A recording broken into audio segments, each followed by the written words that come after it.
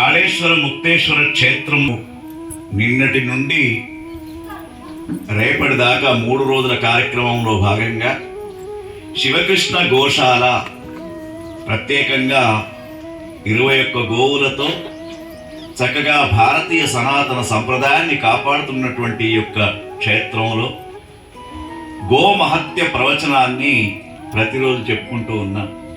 ఉదయం 10 గంటల నుంచి 12 గంటల దాకా, సాయంకాలం 4 నుంచి 6 గంటల దాకా గ్రంథాలలో గోవుకున్నటువంటి ప్రాధాన్యత, సకల దేవతల స్వరూపమే గోమాత అని చెప్పడం మనందరికీ కూడా విశిష్టమైనది. అటువంటి గోవును భారతీయ సనాతన సంప్రదాయంలో ఎక్కడ గోవులు కాపాడబడుతూ ఉంటాయో, ఎక్కడ గోరక్షణ ఉంటుందో అక్కడ మన సంస్కృతి విరాజిల్లుతూ ఉంటుంది.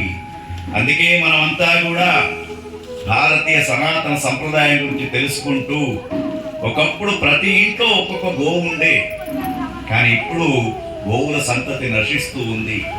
ఎప్పుడైతే గోవులు కళేబరాలకు తరలించబడుతూ ఉన్నాయో వాటి సంహారం చేస్తూ వాటిని మరి ఏ విధంగా మనం చెప్పకూడదు అట్లా చేస్తూ ఉన్నారో. కలియుగంలో విశేషమైనటువంటి దానం ఒకటి భూదానం అయితే, రెండవది గోదానము, తర్వాత అన్నదానము, తర్వాత కన్యాదానము.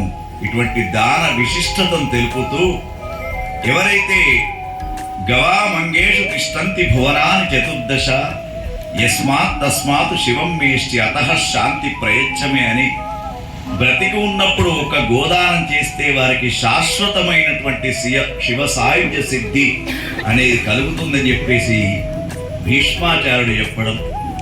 అదేవిధంగా మరి మనందరికీ తెలిసినటువంటి భాగవతం భాగవతం భాగవతం మనమంతా భాగవతం.